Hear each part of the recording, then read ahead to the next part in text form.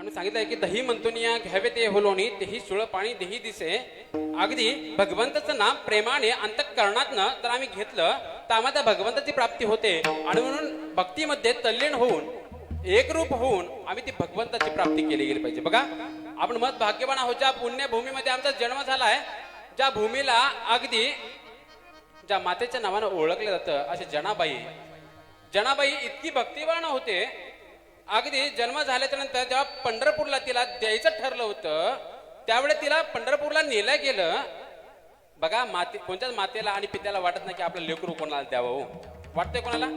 अहो आपलं लेकरू एखाद्या कुठे हॉस्टेलला जरी शिकायचं असेल ना, शिकायला ठेवलं ना तरी आमचा जीव अंतःकरणात आम्ही तळमळ करत असतो. अगदी जन्म झाला आणि जन्म झाल्यानंतर आम्हाला पंढरपूरला विठ्ठलाला द्यायचं आहे. कसं द्यायचं? त्यासाठी पंढरपूरची वारी तर चुकवायची नाही. आणि म्हणून जनाबाईला या ठिकाणी ठेवून पंढरीची वारी सुरू केली. पण न राहून जनाबाईंनी अट्टहास धरला की मलाही पंढरपूरला यायचं.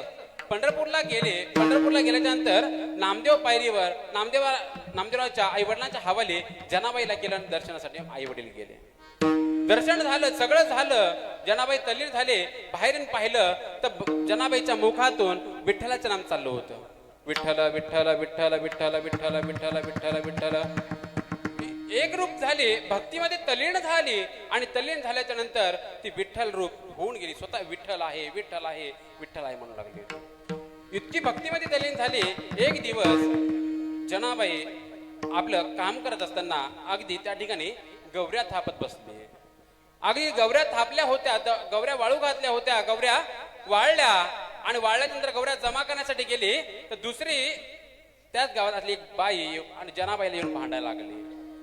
आता भांडणं चालू जनाबाईचे आणि त्यांचे भांडणं चालू होते. आणि भांडणं चालू असताना त्या ठिकाणी कबीरदास आले आणि म्हणतात, का भांडणं करताय तुम्ही? जनाबाईंनी सांगितले की हे मी केलेलं काम हे माझ्या गवऱ्या आहेत आणि या गवऱ्यावर हे अट्टहास करत आहे की माझ्या गवऱ्या आहे माझ्या गवऱ्या आहे म्हणून सांगत आहे.